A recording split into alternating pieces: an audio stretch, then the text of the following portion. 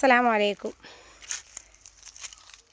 ഒന്നിനും കമൻറ്റോ റിപ്ലൈയോ ഒന്നും കൊടുക്കാതിരുന്നപ്പോഴത്തേക്ക് ജോലിയിലാണ് തൊട്ടിയും പാലും ഇരുന്നപ്പോഴത്തേക്ക് എൻ്റെ വീഡിയോയുടെ അടിയിൽ ഒരു വീഡിയോയുടെ ഇത് കൊണ്ടിട്ട് ലിങ്ക് ഇട്ടേക്കണം. ഞാൻ തുറന്ന് ജസ്റ്റ് ഒന്ന് നോക്കി. എനിക്കതിൻ്റെ ആവശ്യമില്ല.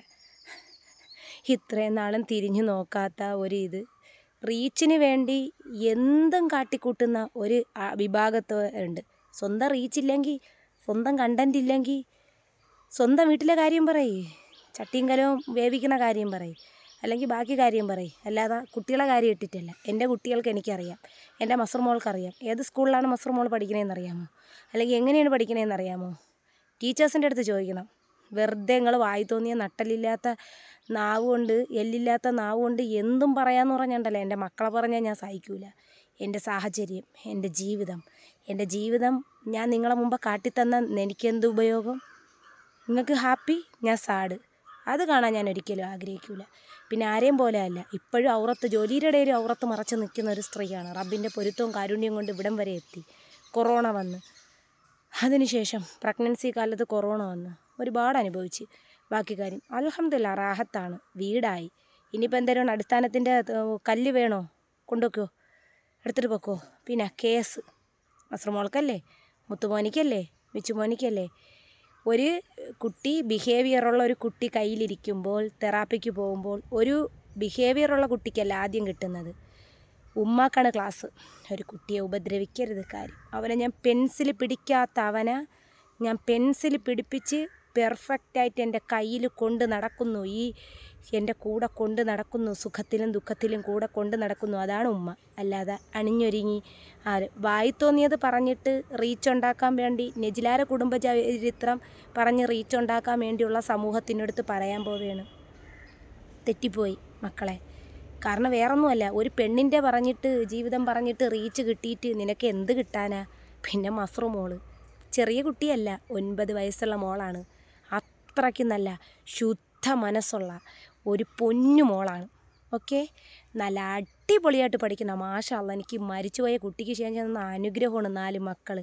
ഇന്ന് ഞാൻ ഇവിടെ എത്തിയിട്ടുണ്ടെങ്കിലേ അതെൻ്റെ മക്കൾ കാരണം തന്നെയാണ്. അത് നിങ്ങൾക്കറിയാമോ?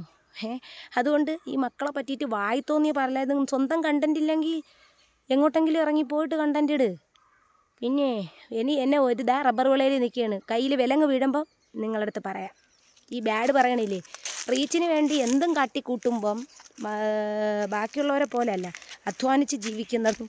നമ്മുടെ കയ്യിലും തെളിവുകളും ബാക്കി കാര്യങ്ങളും ഉണ്ട്. ഒരു സ്ഥലത്തും കൊണ്ടാക്കിയിട്ടില്ല.